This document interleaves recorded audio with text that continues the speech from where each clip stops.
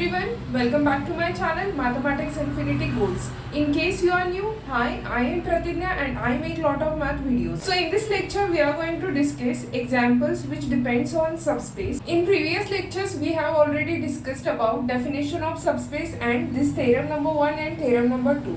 So इथून पुढे जर तुम्हाला क्वेश्चन मध्ये आलं की find given set is a subspace or not, so for that purpose use only this theorem and this theorem. म्हणजेच एकदा theorem 1 यूज करा किंवा एकदा theorem number 2 यूज करा.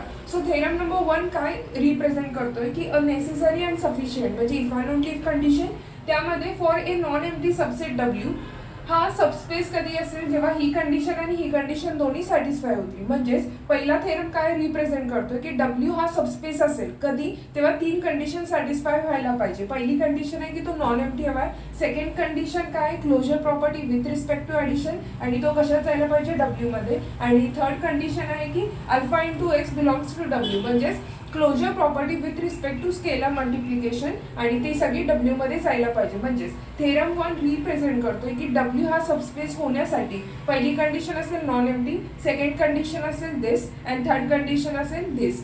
या तिन्ही कंडिशन जर आपल्या ट्रू होत असतील तर आपला गिवन फंक्शन W हा डायरेक्टली आपण काय म्हणू शकतो इट इज अ सबस्पेस. हा झाला थेरम नंबर 1. थेरम नंबर 1 म्हणजेच थेरम नंबर 2 आहे. इथे कंडिशन आपण सेपरेट केलं म्हणजे ॲडिशन आणि मल्टिप्लिकेशन वेगवेगळ्या कंडिशन घेतल्या त्या दोघांना मर्ज केलं आणि एक नवीन कंडिशन केली तेच तुमचा काय theorem number 2. So theorem number 2 मध्ये अगेन आपल्याला किती कंडिशन चेक करायचे दोन. पहिला W तुम्हाला सबस्पेस दाखवायचा आहे म्हणजेच W पहिल्यांदा काय दाखवायचं non empty. Similarly second condition काय आहे alpha X plus beta Y belongs to W. Check करा अल्फा एक्स म्हणजेच काय closure property with respect to multiplication म्हणजे ही प्रॉपर्टी आहे. यामध्ये अल्फा एक्स आणि बीटा वाय हे दोन्ही सुद्धा काय आहेत एक closure property with respect to scalar multiplication. Similarly addition सुद्धा हवी आहे. ह्या दोघांची काय केली ॲडिशन आणि हे सगळं कॉम्बिनेशन परत जर W मध्ये जात असेल तर आपण डायरेक्टली काय म्हणू शकतो W is a subspace of V. So from now जर एक्झाम्पल आले की कुठलाही सेट देतील W1 W2 जो काही सेट देतील तर सबस्पेस आहे का नाहीये हे चेक करण्यासाठी एकतर थेरम नंबर 1 यूज करा किंवा एकतर थेरम नंबर 2 यूज करा. थेरम नंबर 1 यूज करणार असाल तर तीन कंडिशन चेक करायचे. First one non empty, second addition आणि थर्ड काय असणार आहे स्केलर मल्टिप्लिकेशन. सिमिलरली जर थेरम 1 न यूज करता थेरम नंबर 2 यूज करायचा असेल तर काय काय चेक करायचं तो सेट पाहिजे नॉन एम्प्टी आणि similarly alpha X plus beta Y जर W मध्ये जात असेल तर या दोघांचा यूज करून आपण डायरेक्टली काय म्हणू शकतो W is a subspace of V. Now consider it's first example. So that example is consider the vector space R square over R, then show that W1 is equal to A0 that is ordered pair A0 such that A belongs to real number is a subspace of R square over R. So check करूया आपल्याला given condition काय नेमकं काय काय prove करायचं. Check करा vector space दिलाय तो काय दिलाय R square over R.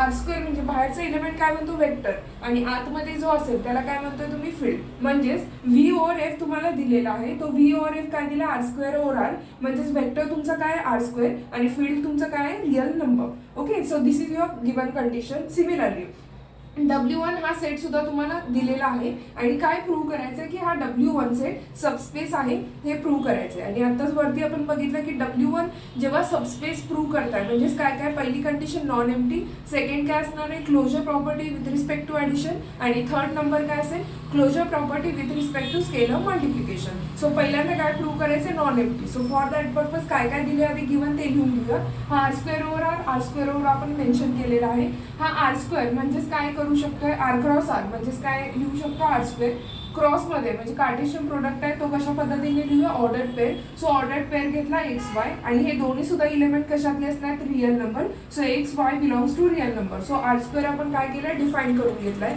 R square म्हणजेच काय रिअल नंबर एखादा कन्सिडर केला तर रिअल नंबर मध्ये कुठलेही दोन नंबर घ्या त्यांची ॲडिशन पॉसिबल असते. रिअल नंबर मध्ये कुठलेही दोन इलेमेंटची मल्टिप्लिकेशन केली तरी सुद्धा मल्टिप्लिकेशन पॉसिबल आहे. त्यामुळे हा जो काही R स्क्वेअर आहे त्याला आपण काय म्हणलं वेक्टर स्पेस कारण की तो मेन्शन केलाय this is your vector space R square R आणि R स्क्वेअर हा तुमचा काय वेक्टर स्पेस. तर त्याच्यामध्ये वेक्टर ॲडिशन पॉसिबल आहे म्हणून vector space with respect to vector addition आणि मल्टिप्लिकेशन सुद्धा पॉसिबल आहे therefore and scalar multiplication. So this is your given condition. Now prove जे काय करायचं आहे ते लिहून घेतलं that is claim W1 is a subspace of R square over R जो W1 दिलाय तो ॲज इट इज कन्सिडर करून घ्या.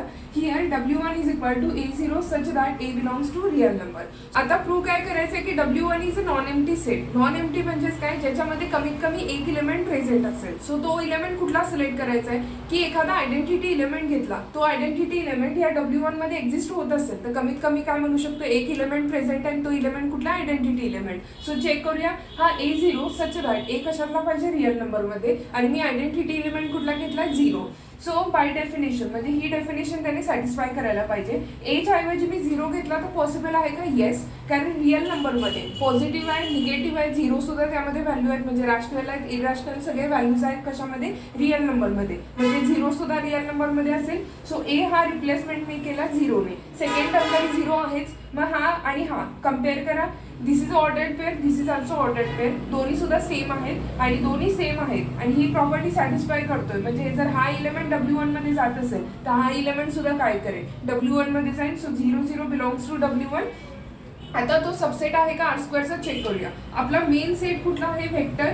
वेक्टर दिलेला आहे आर स्क्वेअर, म्हणजे हा आर स्क्वेअर तुमचा वेक्टर आहे आणि त्यामध्येच कुठेतरी हा W1 सेट आहे. ठीक आहे, सो W1 सेट आहे आणि W1 मध्ये आता काय फाइंड केला, 0 0 पॉईंट. तो पॉईंट कुठे आहे, इथे. आणि आता काय प्रूव्ह केलंय, 0 0 कशात बिलॉंग करतोय, W1 मध्ये, म्हणजे हा पॉईंट केलाय बिलॉंग्स टू W1 मध्ये. आणि W1 हा कुणाच्या कंपॅरिझन मध्ये लहान आहे, आर स्क्वेअरच्या. म्हणजे for we can write W1 is a subset of R square. एक element that is identity element तो बिलॉंग करतो W1 मध्ये, म्हणजेच आपला W1 काय झाला, non empty set. Therefore we can say W1 is non empty subset of कुणाचा subset आहे, तो आर स्क्वेअरचा, कारण की तोच आपला वेक्टर स्पेस आहे आणि ह्यालाच इक्वेशनला आपण इक्वेशन नंबर 1 ने डिनोट केलाय. सो पहिली प्रॉपर्टी आपण सॅटिस्फाय केली आहे. चेक करूया आता ऍडिशन प्रॉपर्टी. म्हणजेच काय करायचंय, W1 मधले दोन इलेमेंट घेतले, UV belongs to W1. W1 हा सेट आपल्याला माहिती आहे कुठल्या फॉर्मॅटमध्ये, ह्या फॉर्मॅटमध्ये.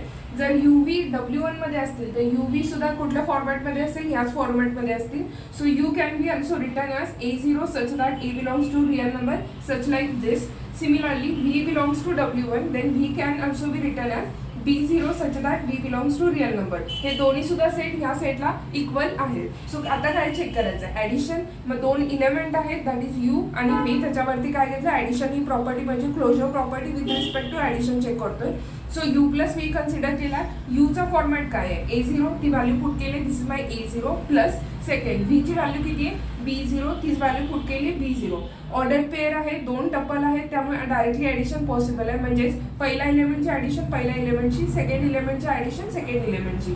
सो याचा रिझल्टंट आन्सर काय मिळेल, A plus B is A plus B पहिला element, comma second element 0 plus 0 is 0. So check करा हा इलेमेंट W1 मध्ये बिलॉंग करतोय का नाहीये. सो W1 मध्ये बिलॉंग करण्यासाठी पहिला इलेमेंट कशातला पाहिजे, रिअल नंबर मध्ये. मग आता चेक करा, वरतीच बघितलंय, A जर रिअल नंबर मध्ये असेल, B जर रिअल नंबर मध्ये असेल तर A प्लस B हा सुद्धा कशात असेल, रिअल नंबर मध्ये. म्हणजेच हा टर्म पहिला आहे तो कशातला असेल, रिअल नंबर. आणि हीच कंडिशन आणि ही कंडिशन दोन्ही सुद्धा काय सेम आहे. We can clearly say U plus V also belongs to this W1.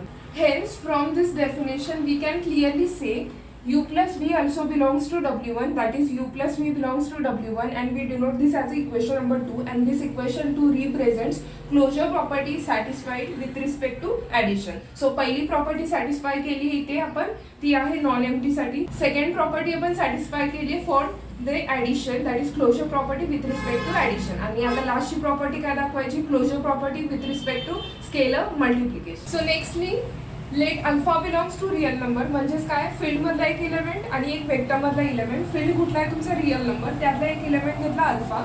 So alpha belongs to real number. And एक कुठला घ्यायचा, वेक्टर मधला इलेमेंट. वेक्टर कुठला दिलाय तुम्हाला, W1. So you belongs to W1 घेतला तर यू कुठल्या फॉर्मॅटमध्ये असेल, ह्याच फॉर्मॅटमध्ये. So you can also be written या U is equal to A,0 such that A belongs to real number. Check करा, एक घेतलाय फील्ड मधला आणि एक घेतलाय वेक्टर मध्ये. आता ह्या दोघांचं काय करायचं, स्केलर मल्टिप्लिकेशन.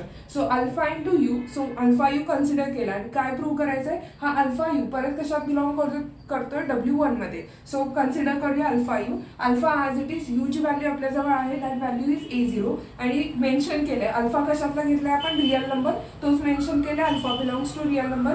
आणि हा जो काही A0 आहे त्यातला A कशातला आहे, रिअल नंबर मध्ये, तो सुद्धा दिलाय A belongs to real number. अल्फाने प्री मल्टिप्लाय केला या सेटला. सो काय पहिला एलिमेंट येईल alpha into A is alpha A comma alpha into zero is zero.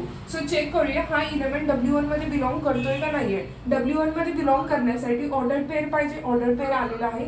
Second element 0 पाहिजे, सेकंड एलिमेंट इथे सुद्धा 0 आलाय. आणि पहिला एलिमेंट कशातला पाहिजे, रिअल नंबर मध्ये. आता चेक करूया हा पहिला नंबर रिअल नंबर मध्ये आहे का नाहीये. सो चेक करा अल्फा कशातला होता, रिअल नंबर. ए कशातला होता, रिअल नंबर. देन त्याचे मल्टिप्लिकेशन सुद्धा कशात बिलॉंग करेल, रिअल नंबर. म्हणजेच हा पहिला सेट सुद्धा कशात बिलॉंग करेल, रिअल नंबर. म्हणजे हे जे काही आलेला रिझल्टंट आन्सर आहे आणि ही W1 ची क्वांटिटी सिमिलर आहे. मग ही जर क्वांटिटी W1 मध्ये बिलॉंग करत असेल तर आलेला रिझल्टंट आन्सर सुद्धा कशात बिलॉंग करेल, W1 मध्ये. म्हणजेच घेतलेला आन्सर काय आलाय, हा सेट. आणि हा सेट जर W1 मध्ये गेला तर अल्फा इंटू यू तो सुद्धा कशात जाईल, W1 मध्ये. So this is nothing but a closure property with respect to scalar multiplication. So denote this as equation number 3. So आपण काय काय फाइंड केलंय, पहिला इक्वेशन नॉन एम्प्टी साठी, second equation closure property with respect to addition, आणि आताची number 3 ची property काय आहे, closure property with respect to scalar multiplication. 3 या कंडिशन एकत्र केला तर थेरम 1 नुसार आपण डायरेक्टली काय म्हणू शकतो, हा W1 सबस्पेस होईल पण कुणाचा, R² वरती. कारण वेक्टर स्पेस तुमचा R² आहे त्यामुळे डायरेक्टली म्हणू शकतोय W1 is a subspace over R². तेच लिहिले W1 is a subspace of R².